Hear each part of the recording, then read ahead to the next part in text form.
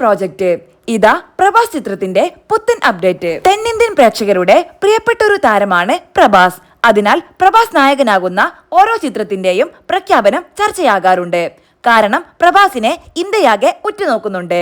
ഇനി പ്രഭാസ് നായകനായി വരുന്ന ചിത്രത്തിന്റെ അപ്ഡേറ്റും ചർച്ചയാകുകയാണ്. സീതാരാമത്തിന്റെ അതിശയിപ്പിക്കുന്ന വമ്പൻ വിജയത്തിന് ശേഷം അനുരാഘവപുടി പ്രഭാസിനെ നായകനാക്കി സിനിമ ഒരുക്കുന്നുവെന്ന പ്രത്യേകതയുമുണ്ട്. താൽക്കാലികമായി പേര് പ്രഭാസ് അനുവെന്നാണ്. ഛായാഗ്രഹണം സുദീപ് ചാറ്റർജി ISC. 1940കളുടെ പശ്ചാത്തലത്തിൽ യോദ്ധാവിന്റെ കഥ പറയുന്നതിന്റെ ക്ലിപ്സ് ദസറയ്ക്ക് പുറത്തുവിടാനാണ് ആലോചിക്കുന്നതെന്നാണ് ചിത്രത്തിന്റെ അപ്ഡേറ്റ്. ചിത്രം വീണ്ടും ചിത്രീകരണം തുടങ്ങിയിരിക്കുകയാണ്. പ്രഭാസ് നിലവിൽ ചിത്രീകരണത്തിൽ പങ്കെടുക്കുന്നുണ്ട്.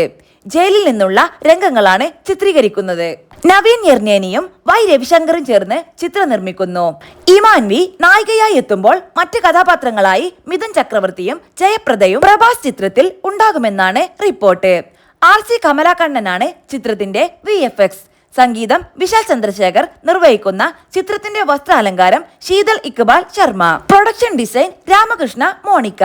പബ്ലിസിറ്റി ഡിസൈനർമാർ Anil, Bhanu. Marketing first show PRO Sabari എന്നിവരാണ്. പ്രഭാസിന്റെ കൽക്കി 2898 AD സിനിമ പ്രതീക്ഷകൾക്കപ്പുറമുള്ള വിജയമായിരിക്കുകയാണെന്നാണ് ബോക്സ് ഓഫീസ് കളക്ഷൻ റിപ്പോർട്ടുകൾ സൂചിപ്പിക്കുന്നത്. ആഗോളതലത്തിൽ കൽക്കി ഏകദേശം 1200 കോടി രൂപയിലധികം നേടിയിട്ടുണ്ട് എന്നാണ് റിപ്പോർട്ട്. ഇന്ത്യയിൽ മാത്രമായും കൽക്കി ആകെ കളക്ഷനിൽ മികച്ച നേട്ടമുണ്ടാക്കുന്നുണ്ട്. ദേശീയ തലത്തിൽ അംഗീകരിക്കപ്പെട്ട പ്രശസ്ത തെലുങ്ക് സംവിധായകൻ നാഗ് അശ്വിന്റേതായി പ്രഭാസ് നായകനായ ചിത്രം കൽക്കി 2898 AD പ്രധാന കഥാപാത്രങ്ങളായി ദീപിക പദുക്കോണും കമൽഹാസനും അമിതാഭ് ബച്ചനുമുണ്ട്.